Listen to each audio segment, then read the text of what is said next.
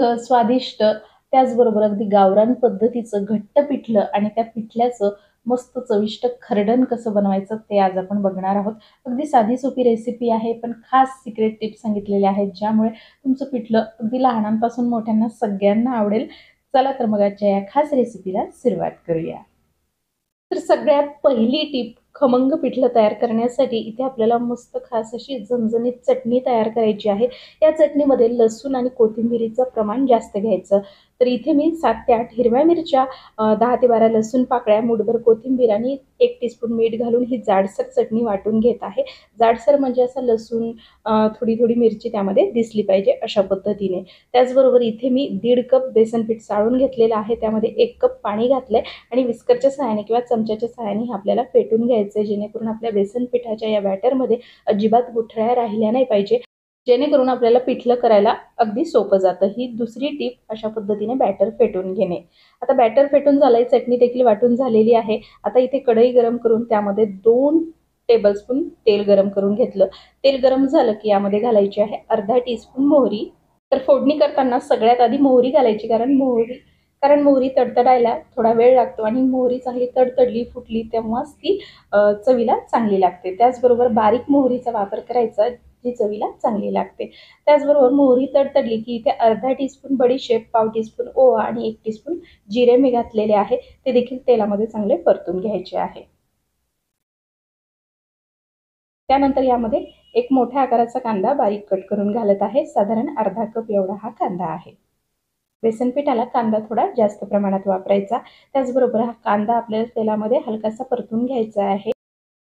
तर पिठलं करण्यासाठी किंवा कुठल्याही भाजीसाठी त्या भाजीची फोडणी ही खूप महत्त्वाची असते. फोडणी जर चांगली जमली की तुमची रेसिपी, तुमचं पिठलं किंवा तुमची भाजी हमखास एक नंबर तयार होते. सो त्यासाठी आपण इथे ही खास अशी फोडणी कशी करायची ते बघतो आहे. तर हलकासा कांदा नरम पडला की यामध्ये कढीपत्ता घालायचा आहे.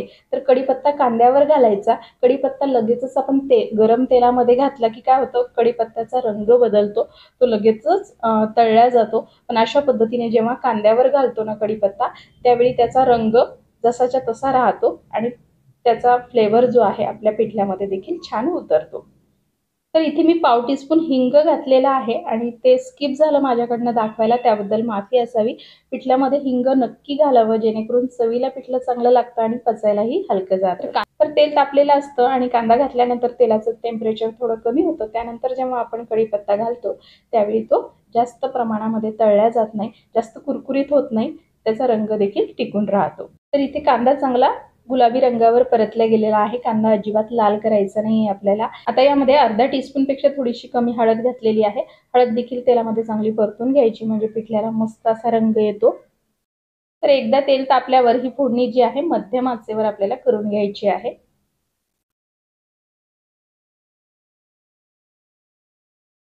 आता यामध्ये तयार केलेली चटणी घालायची आहे. तर बघू शकता मस्त अशी जाडसर चटणी इथे आपल्याला वाटून घ्यायची आहे.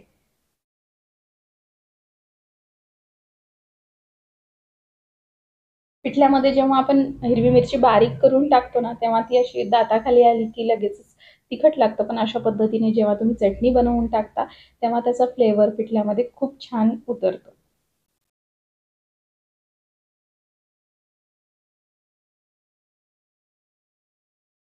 तर बघू शकता मस्त खमंग फोडणी इथे आपली तयार झालेली आहे. तर फोडणी तयार झालेली आहे. इथे जे आपण बॅटर तयार करून घेतलं होतं ना, त्यामध्ये चवीनुसार मीठ घालून घ्यायचं आहे. एकदा व्यवस्थित मिक्स करून घ्यायचंय आणि आता ही तयार झालेली फोडणी आहे ना, यामध्ये हे बॅटर घालायचे. त्यापूर्वी गॅसची फ्लेम मोठी करायची, म्हणजे तसा तडका आपल्या पिठल्याला बसतो. त्यासाठी गॅसची फ्लेम मोठी करायची आहे आणि त्यानंतर बॅटर घालायचं आहे आणि बॅटर घालून झाले की लगेच झाकण ठेवायचं आहे, साधारण अर्धा मिनिट. त्यानंतर परत इथे मी 1 कप पाणी घातलंय. टोटल 1.5 कप बेसन आणि त्यासाठी मी 2 कप पाणी वापरले, कारण इथे आपण घट्ट बेसन पीठ करत आहोत. त्यानंतर लगेचच गॅसची फ्लेम कमी करायची आणि विस्करच्या सहाय्याने किंवा चमच्याच्या सहाय्याने हे व्यवस्थित फेटून घ्यायचं. आपण आधीच बॅटर फेटून घेतलं, त्यामुळे अजिबात गुठळ्या वगैरे होत नाही. पण लगेचच हे बेसन जे आहे किंवा पिठलं जे आहे घट्ट व्हायला लागतं, त्यामुळे आपल्याला सारखं फिरवावं लागतं.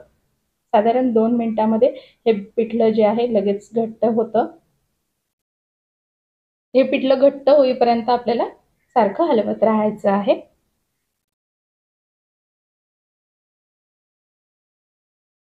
तर बघू शकता अगदी 2 मिनिटांमध्ये पिठलं जे आहे मोठ्या आचेवर घट्ट झालं। त्यानंतर गॅसची फ्लेम कमी करायची आणि आपल्या गॅसची जी शेगडी छोटी असेल, ज्या शेगडीची फ्लेम अगदी कमी असेल, त्या शेगडीवर अगदी कमी फ्लेमवर हे पिठलं जे आहे 6 ते 7 मिनिटं आपल्याला शिजू द्यायचं आहे मंद आचेवर झाकण ठेवून। तर घट्ट पिठलं लगेच खाली लागायला लागतं आणि या घट्ट पिठल्याचं खरडणही खूप भारी लागतं चवीला। आमच्या घरी तर भांडणं होतात ते खाण्यासाठी। तर तर घट्ट पिठल्याचा खालचा एक थर जो आहे कढईला चिकटून बसतो आणि त्याचं खरडण तयार होतं। ते खरडण अजिबात जळालं नाही पाहिजे, मस्त ब्राऊन रंगावर ते शिजल्या गेलं पाहिजे, तेव्हाच ते चवीला भारी लागतं। त्यासाठी मंद आचेवर कमी फ्लेम असलेल्या शेगडीवर हे पिठलं 6 ते 7 मिनिटं होऊ द्यायचं आहे। तर पिठलं एका साईडला होतंय तोपर्यंत इथे आपण खास असा एक तडका तयार करून घेणार आहोत, जेणेकरून आपल्या पिठल्याची चव अजून वाढणार आहे। तर 1 टेबलस्पून तेल, तेल गरम झालं की त्यामध्ये 1 टीस्पून मोहरी आणि अर्धा टीस्पून बारीक कट केलेला लसूण घातलेला आहे आणि अशा पद्धतीने ही फोडणी तयार केलेली आहे, हा तडका तयार केलेला आहे आणि हा आपल्याला तयार झालेल्या पिठल्यावर घालायचा आहे, जेणेकरून आपल्या पिठल्याचा स्वाद अजून वाढतो। तर बघू शकता 6 ते 7 मिनिटांमध्ये मस्त असं घट्ट पिठलं तयार झालंय। खाली खरडण देखील मस्त तयार झालेलं आहे, मस्त अशी एक लेयर खाली तयार झालेली आहे। तर आता यावर तयार केलेली ही फोडणी घालायची आहे, हा तडका घालायचा आहे आणि एकदा व्यवस्थित मिक्स करून घ्यायचं आहे आणि सगळ्यात शेवटी बारीक कट केलेला कोथिंबीर घालायचा आहे आणि अशा पद्धतीने आपलं हे घट्ट पिठलं इथे तयार झालेलं आहे। तर अगदी साधी सोपी रेसिपी आहे, खास सिक्रेट टिप्स मी सांगितल्या जेणेकरून आपल्या पिठल्याची चव मस्त खमंग येईल आणि सगळ्यांना आवडेल अशा पद्धतीचं हे पिठलं आहे। तर नक्की आजची ही रेसिपी ट्राय करा आणि कशी वाटली तुम्हाला आजची माझी ही रेसिपी हे कमेंटद्वारे नक्की कळवा। तर अशाच पद्धतीच्या उपयोगी छान छान रेसिपीज पाहण्यासाठी आपल्या शुभांगी स्किल्स रेसिपी चॅनलला नक्की सबस्क्राईब करून बेल आयकॉन देखील प्रेस करा। आजचा व्हिडिओ आवडला असेल तर प्लीज लाईक आणि शेअर करा। आजचा हा व्हिडिओ तुम्ही तुमच्या वेळातला वेळ काढून बघितला त्यासाठी मनापासून खूप खूप धन्यवाद।